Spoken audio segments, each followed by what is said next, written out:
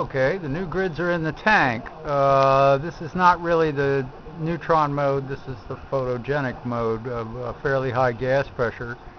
My second grid is now floating down there below center, and it can make rays, but it's not doing it now.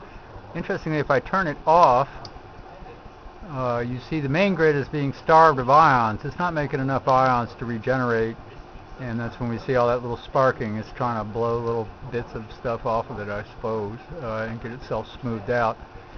So I'll turn the second grid back on, which is a pretty amazing demonstration of how important a good ion source is. See, current operating conditions are 32 kilovolts at a 10 milliamp current limit on the grid in the background, and about 7 kilovolts at 12 milliamps on the grid in the foreground. That one I'm trying in the foreground is one I made that isn't quite right, but I figured it would make an ion source, and it does. And the problem here is that it's too big for this little power supply that only has 12 milliamps. So I may have to go back to my little wire loop grid.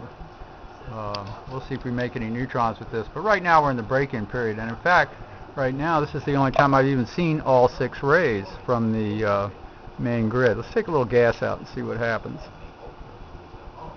Because the other thing I was seeing that was interesting was sometimes the rays were actually rotating about 5 or 8 degrees along where they hit the outside of the tank, and I had never seen that before. But right now what we're seeing is it's sparking and sputtering, and unfortunately that's going to burn out my ballast resistor, so I'll kill it here.